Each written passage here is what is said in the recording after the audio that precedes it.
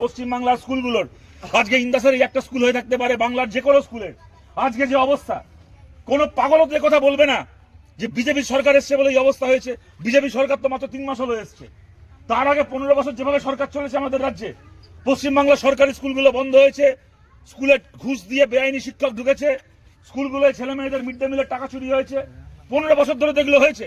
আজ যদি স্কুলের দুরবস্থা হয়ে থাকে, আব্দুল যদি আজকে কোনো স্কুলের দুরবস্থার ছবি তুলে থাকে, তাহলে তা তো মমতা ব্যানার্জির আমলে 15 বছর ধরে তৈরি হওয়া দুরবস্থা, এ তো গত 3 মাসের দুরবস্থা নয়। তাহলে বিজেপির কি দরকার ছিল? বিজেপির কি দরকার ছিল এই কাজটা করছিল বলে একটা ছেলেকে মারার, তার বাবাকে পিটিয়ে মেরে ফেলার কি দরকার ছিল? বিজেপি তো চাইলে আব্দুলের করা ওই ভিডিও, ওই ছবি দেখিয়ে বিজেপি প্রচার করতে পারত যে দেখো 15 বছরের রাজ্যে স্কুলের কি অবস্থা হয়েছে, আমরা এসছি, এবার আমরা ভালো করে কাজ করব। চাইলে তো করতে পারতো, তা ওরা করলো না।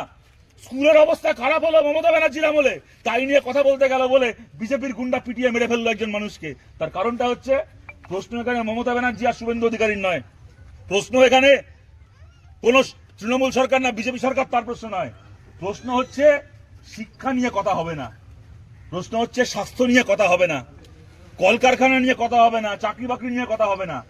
তুমি হিন্দু মুসলমান করো, ইমাম ভাতা পুরোহিত ভাতা করো, তোমার মাথায় তুলে রাখবো, কিন্তু যদি স্বাস্থ্য নিয়ে শিক্ষা নিয়ে কথা বলতে চাও, পিটিয়ে মারবো। ওরা ভয় পায় এই নিয়ে কথা হলে, ওরা জানে ওরা হারবে, আর সেই কারণেই আমাদের স্বাস্থ্য নিয়ে শিক্ষা নিয়ে কথা বলা বন্ধ করলে হবে না।